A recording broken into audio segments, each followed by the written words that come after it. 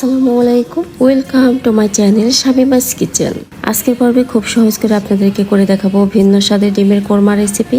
ডিমের কোরমা অনেকেই অনেকভাবে রান্না করেন, তবে আজকে ডিমের কোরমা আপনাদেরকে একটু ভিন্নভাবে তৈরি করে দেখাবো, আর খেতেও হবে অসাধারণ। ডিমের কোরমা রান্না করার জন্য এখানে আমি 6টি ডিম নিয়েছি, তবে ডিম চাইলে আপনারা বাড়িয়ে বা কমিয়ে নিতে পারবেন। ডিম একটা ছুরি দিয়ে হালকা কেটে নিয়েছি, আর ডিমের মধ্যে হালকা লবণ মেখে নিয়েছি। এখন ডিমগুলো হালকা ভেজে নিব। ভাজা হয়ে গিয়েছে, এবার ডিম তুলে নিচ্ছি। অবশিষ্ট তেলের মধ্যে দিচ্ছি তেজপাতা 3 পিস, 4টা এলাচ, 2-3টার মতো লং, 5-6টা কালো গোলমরিচ দিয়ে দিচ্ছি। এবার 1 কাপ পেঁয়াজ ব্লেন্ডারে ব্লেন্ড করে আগে থেকেই রেখেছিলাম, সেটা দিয়ে দিচ্ছি। ঘি দিচ্ছি স্বাদ মতো, এখানে আপনারা ঘির পরিবর্তে বাটার দিতে পারবেন। এখন সবকিছু একটু সময় নিয়ে কষিয়ে নিব। চিনি দিচ্ছি 1/2 টেবিল চামচ, আদা রসুন বাটা দিচ্ছি 2 চা চামচ, লবণ দিচ্ছি স্বাদ মতো, কিশমিশ বাটা উঁচু করে 1 টেবিল চামচের মতো দিয়ে দিচ্ছি, কাজু বাদাম বাটা দিচ্ছি 8টির মতো, আর কাঠবাদাম বাটাটাও 8টির মতো দিয়ে দিচ্ছি।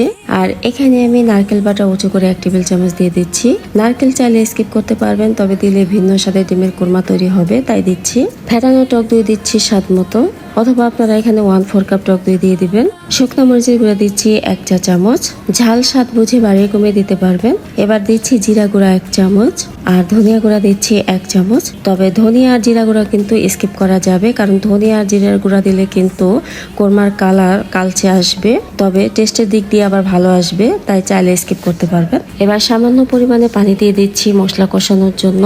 মশলা কষানো হয়ে গিয়েছে, এবার ডিমগুলো দিয়ে দিচ্ছি। ডিম দিয়ে খুব ভালো করে কষিয়ে নেব। এদিকে এই বাটিতে উঁচু করে 2 টেবিল চামচের একটু বেশি গুঁড়া দুধ নিয়েছি। এবার 1 কাপ পানি দিয়ে দুধ খুব ভালো করে মিক্স করে নেব। এখন সম্পূর্ণ দুধ ডিমের কোরমার মধ্যে দিয়ে দিচ্ছি।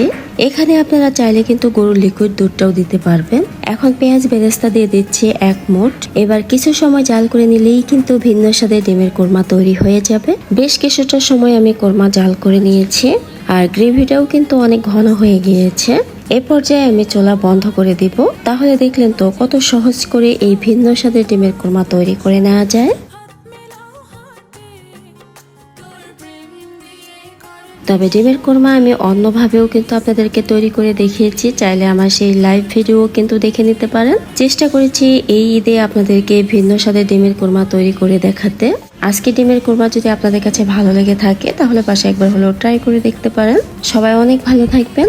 আজকের ভিডিওটি সম্পূর্ণ দেখার জন্য আপনাদের অসংখ্য ধন্যবাদ।